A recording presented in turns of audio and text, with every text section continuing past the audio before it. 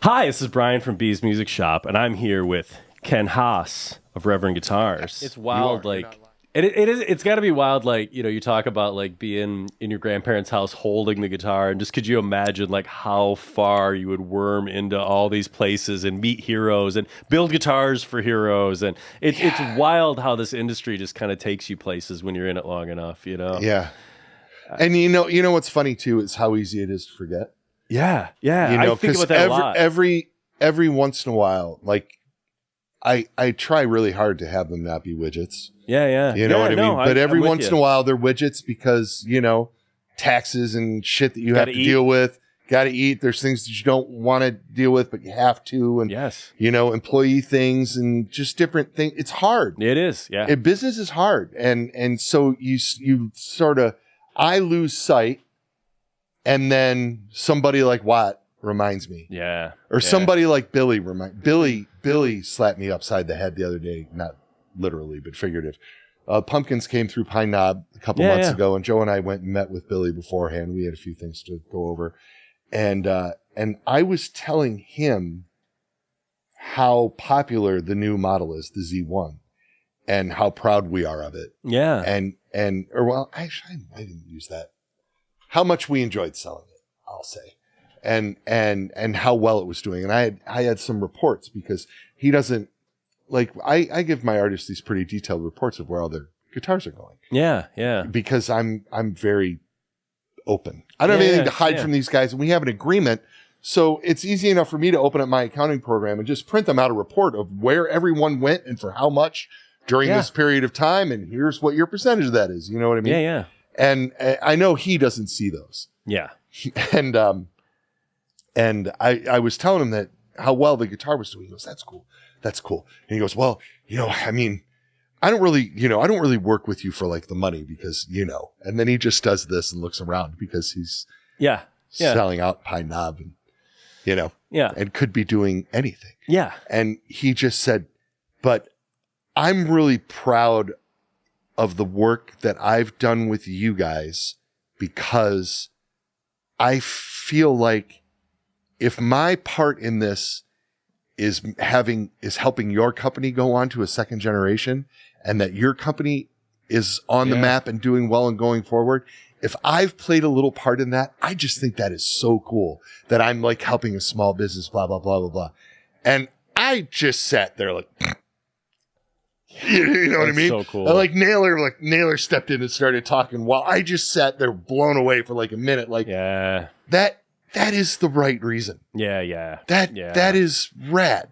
And so again, this so now we could circle back to the there's no money in this end of the business thing, right? Because that's not what it's about. And Corgan doesn't do these guitars for the money we pay him. No. Because it's inconsequential. Yeah. In his world, you know what I mean? And what his overhead is. Yes. With all of the people that he supports and his organization supports and stuff. We're just a little piece of this giant moving machine that is like the Smashing Pumpkins. And I'm honored to just be a part of that machine, right? Yeah. So for him to be honored to be a part of our machine, to me, that's just incredible. I can't get over that, right? That's so cool, and so then I walk away from that hey, what we do is really, really pretty cool. The Z1, I really got into that pink one. I did some content here with it and was playing it. And I played one of them for a minute a while ago, and then I actually sat down and did some content with it. I was really digging it. So I pulled one of those into our demo room back at the Circle R. Yeah. And then I haven't taken it back out of the demo room and put it in a box yet. That's one of those that's kind of hung around for me as well. Hey, it's just cool looking. And honestly, as strange as it sounds, the color was 100% Billy's idea. Yeah. I said, we've been doing the black and the silver for a year and a half. We should drop a new color. And he's like, what do you think of pink? I wouldn't have suggested pink to him, but as second he said it, that aluminum guard on the pink is just awesome. Awesome. Yeah, it looks really good. Yeah, that's cool. I didn't even realize. I figured that was you guys because you've been doing more. The Stacey D came in we've had a few. Greg requested pink on the Gristle Master. And I request pink on everything. Vito requests pink on everything. Vito loves like a good salmon pink or I said salmon because Salmon. I'm in Michigan. Yeah, endorsers. Well, yeah, There's a lot of those around. We contribute to bringing Greg out, to be honest, right? But Greg is like, he is so beyond endorsing it. I mean, yeah, he endorses like everything, but he's also such an incredible player and personality. Yes, and he's the whole 9 yards. What's been fun for us in the time that when we started working with Greg, there was talk of, well, my son knows this organ player and he's trying to talk me into doing something, blah blah blah, blah, blah, blah. That was when we first started working with Greg. He started telling us about this organ player. Yeah. And then that has turned into the Koch Marshall Trio, which is awesome. And now they are touring the globe like 35 weeks a year. Yeah. Like Greg is doing great. Is his son Dylan, right? Or Dylan something? Is his son. Yeah. Dylan's his son, the drummer. And then Toby Lee Marshall is the organ player. And he does the bass thing with his feet and stuff. And oh, man. And it's a power trio from hell. They're just fabulous. Their live show is just ferocious.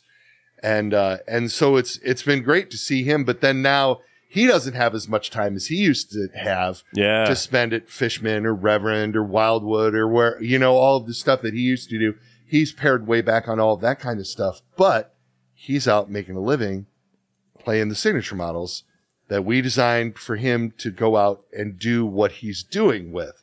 And so I think that it was the Gristle Master that prompted the whole new You take credit. I'm taking credit. Yeah, it's fine. Yeah. I like, we go back to the screws thing about how many turned screws there are. I don't even know if it was a joke, but it was like the Gristle Master was 3% bigger than a Telecaster, or some laughably tiny amount. That's a true statement. It is true. It is. But I've seen people obsess over that number and what it would. Oh, they're like, I couldn't play it bigger, and it's like 3%. I think most guitars probably have a 5% tolerance difference if you really sat down with a micrometer. Right. Oh, you're totally right. They're not all the same size. The difference in size is similar to the thickness of the binding. Yes. And I have seen people talk about how it's too big. And I'm like, we take phone calls when people are like, I found one of these, used, but it doesn't have a case. Does it fit in a standard case or do I need to get a bigger? No, it fits right in a standard, any T-style case. It will drop right into it. Manufacturing tolerances are wider than that in a lot of places. Yeah. But it was enough of a difference for Greg to make him, because Greg's tall like me. You know what I mean? Taller than you, I think. He is taller than me, yeah, the first time I met him. It made him feel comfortable. I'm 6'2", and I met him, and I was like, this dude is big. And then Dylan's taller still. Greg calls himself 6'6", but I'm 6'6", and I know Greg has got an inch on me. Yeah, I might be like 6'5.5", and Greg is like 6'6.5", and Dylan's 6'10", I think. I think he's 6. No, he's 6'8" without the hair. Is he 6'8" without the hair? 6'8" Well, then is he's massive. 7'4" with the hair, because he has the most brutal, like curly mane. All this time I've seen him playing, and I always thought he was sitting on a drum throne, not on the ground. He's sitting on a throne. I think it's funny because he plays the little jazz drums. Yeah. And then they're super far away because his arms are like mine. Yeah. He looks like Animal back there. Yeah. It's Red. He's the best. They're such a great band. Yeah. I think I saw he was them in going to join me Nashville. for Dark Side of the Moon last weekend in Milwaukee. Really? And then he got the invite to join Eric Johnson on stage for the encore. So. Oh, yeah. So, yeah, I can little see. Ken over at the Oktoberfest. Yeah. Wah. I have a J. You want to hear a good J. Mascis story? Yes. Oh, I do. I sold J. Mascis guitars. Yeah, he was Ron Ashton's what would have been his 70th or 75th birthday party. Yeah. They had a big party at the Blind Pig. Yeah, I remember that. And Watt played bass, and Jay played guitar, and Kim Gordon played bass on. No, she just sang a few songs. That's right. And then the singer for Mudhoney, what's his name? I'm so horrible with names. Yeah, I'm awful. He sang a bunch of the songs, and he's a Reverend fan. Yeah. I've had strange run-ins with Pearl Jam over the years, but the bass player for Pearl Jam, Clement, right? Jeff?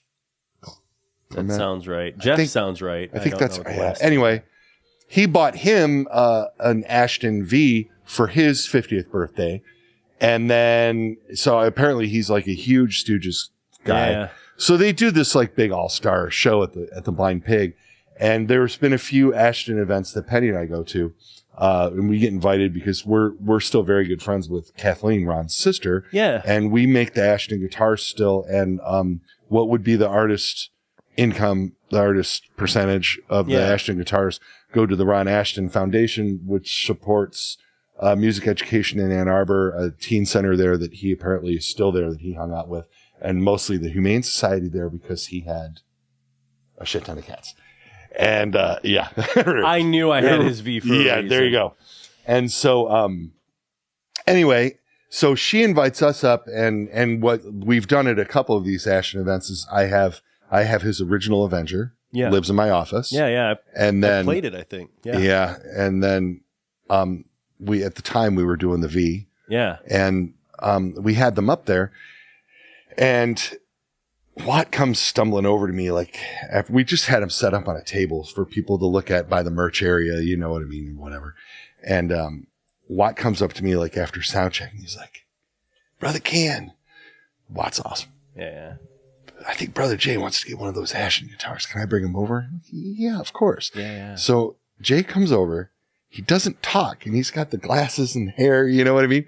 And he walks up to me. He just puts his arms out. So I like pick up the V and I like put it in his arms. He doesn't play it or nothing. He just goes. And he hands it back to me and turns around and walks away. And then, and Mike's like, "Think he wants one?"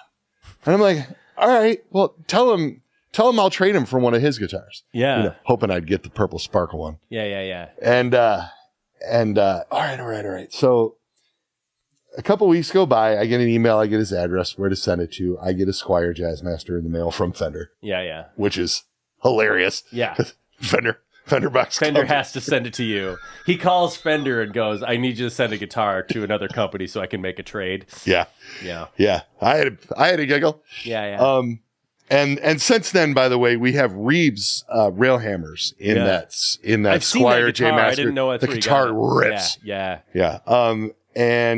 And then the next like 2 Dinosaur Jr. tours, they encored with Be Your Dog, and he played the Ashton V. Oh, nice. And people were sending me pictures of Jay, you know, with the Ashton V or whatever. None of this is where the story is going. Okay. So, so one of the things that we do I shouldn't say this. Fuck it. One of the things that we do when we're shipping celebrities guitars is we Google Earth that address, baby. Oh, yeah. You just want to see, right? You just want to see how they live. We do that sometimes, yeah. So we Google Earth Mr. J's house, and you know when the Google car drives by, right? Yeah. You know what that's all about. Well, it's a really nice, it's a nice looking home in a nice looking neighborhood in the East Coast or whatever. And you look at the pictures, he is standing in the window. And you can see the glasses there. It is the most awesome thing ever. And I just remember, like, I was all the way up front in my office, and I heard all the guys in the back start laughing. And I'm like, okay, I gotta see what this is about. Yeah. True story. That's amazing. You just home watching it go by. Yep. Standing in the window watching it go by. Yeah, that seems right. That's awesome. What a legend. Yeah, we mailed him. He likes this small-bodied Gibson that has one of the first Gibsons with a cutaway on it. He plays those models. I can't think of what it is. It's like a mid-50s acoustic. Because there was a time a few years ago he's doing a lot of acoustic stuff. Okay. And we had one that had been retopped, we think, or it had some kind of past. We don't know what it was, but they were usually a brown sunburst, and ours was Heritage Cherry. And they didn't make a Heritage Cherry, but it was clearly, I think it was something where they got some damage, got sent back to Gibson. Somehow it ended up with a Heritage Cherry burst. Yeah. And his manager called and bought it from us. We had it listed on our website. And we were like, oh, that's awesome. And then about 6 months later, he's on NPR's Tiny Desk. And he plays his main one, and then he switches to an alt tuning, picks it up, and we're like, there it is. And he was playing it for an alt tuning, and I watch for it when I see him do his acoustic stuff. And didn't you do a lefty Watt plower? For a minute. For like a hot second because of a similar thing like that? I don't remember what that was about off the top of my head, but I do remember doing 8 or 12 was of them. It Iggy Pop? I thought it was Iggy Pop. Oh, yeah. It was Iggy himself. Iggy Pop wanted one, but he wanted it left-handed, so you had to make him. Yeah, that's right.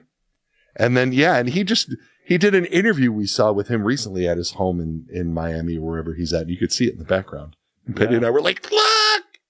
I forgot all about that. That's cool. And like all across the nation, people went, the guy from Red Hot Chili Peppers has a Watt plower. Yeah. Nobody noticed it but me and Penny probably, but that's okay. Because I've seen the Watt plower pop up so many places. Didn't Fred Armisen have one too? Yeah, all kinds of people. Yeah. I sold Fred his. Yeah.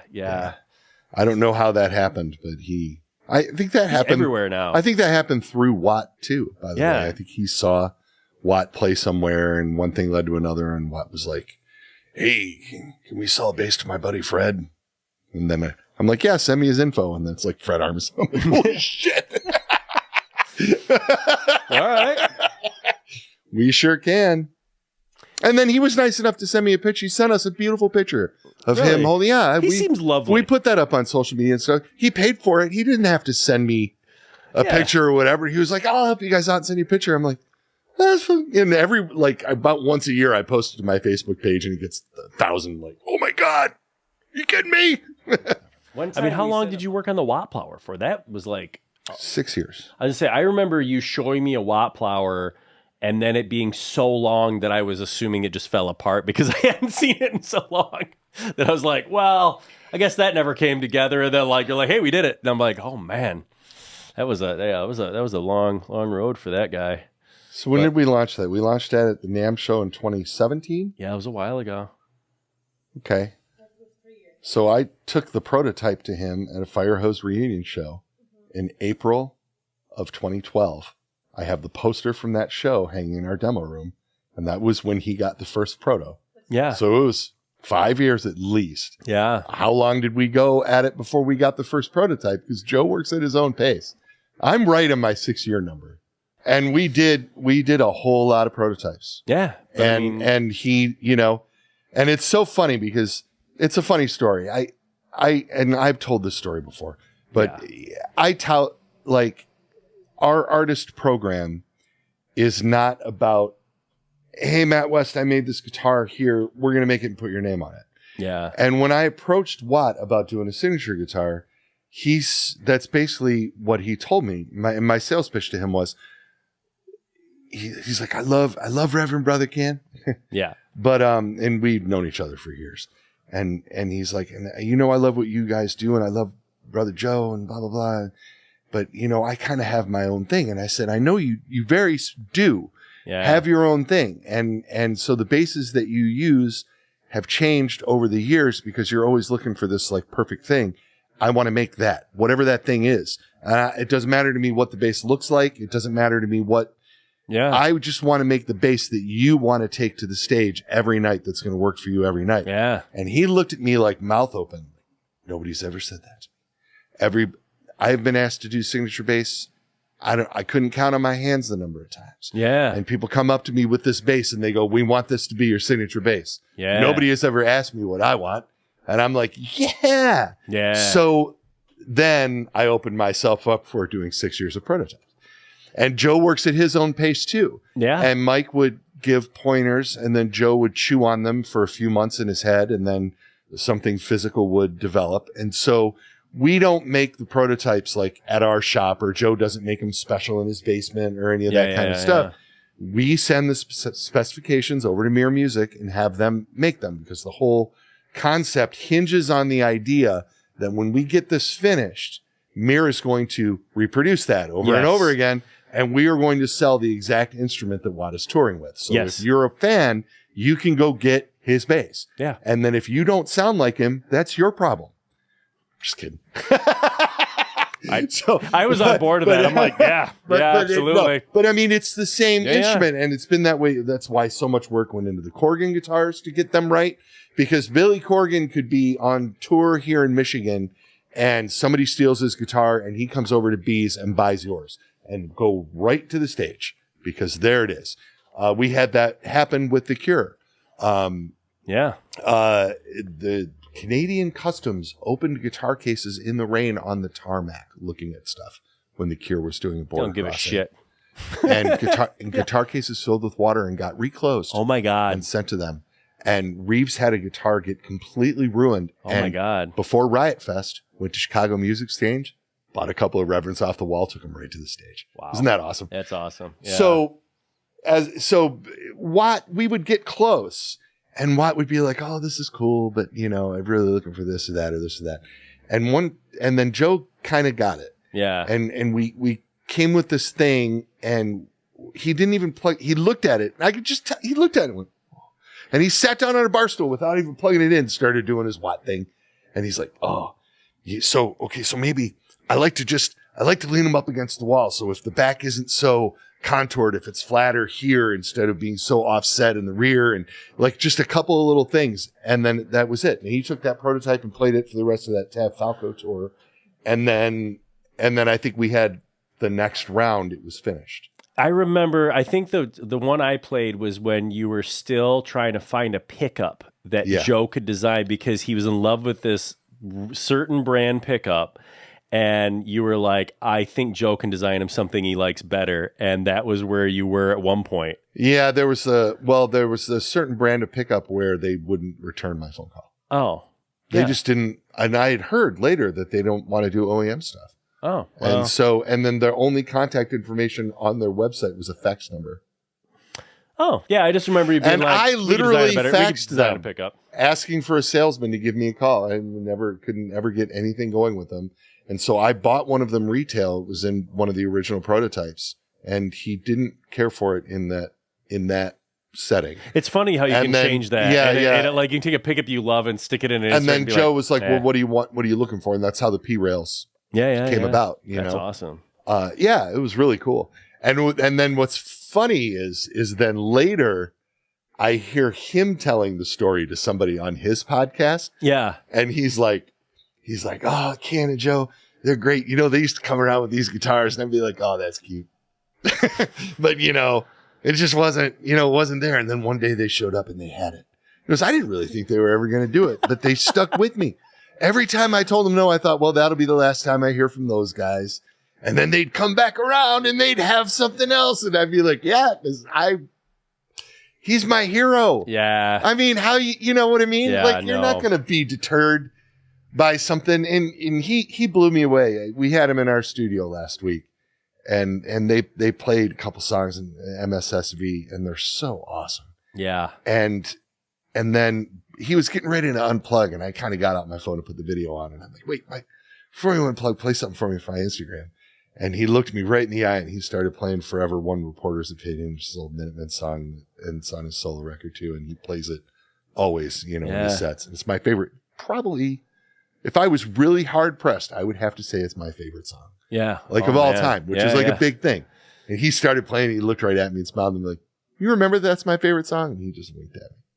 That's so cool, man. He's so cool. It's so ridiculous. Who remembers that? Why would, how many fans that guy has? Like, why would he, but he's that guy.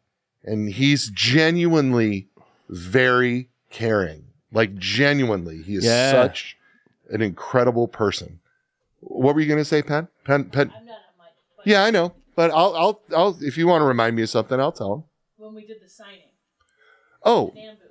Yeah, when we launched it, we had people line up to get his autograph in our NAMM booth. Yeah. And people would come up to him and they would be like, "I know you don't remember me, but I remember when I saw you play in 1993 at the Doug Fir in Portland, and you and I were talking about old Blue Oyster Cult, blah, blah, blah." And then Mike would go, "Oh, are you wearing a Husker Du shirt?" Yeah, like literally. And the dude would be like, "Yeah." We just saw this repeated. Like he must have some sort of weird photographic memory, or because he remembers everything that people say and talk about, and just tells the most fantastic stories, and he's such an interesting cat. It's wild. I'm sitting on the wrong side here.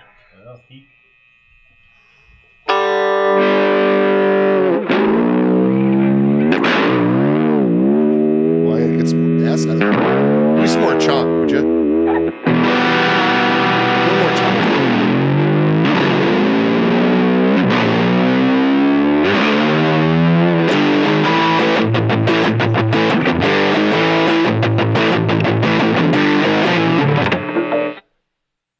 Well, Ken. Wait a minute.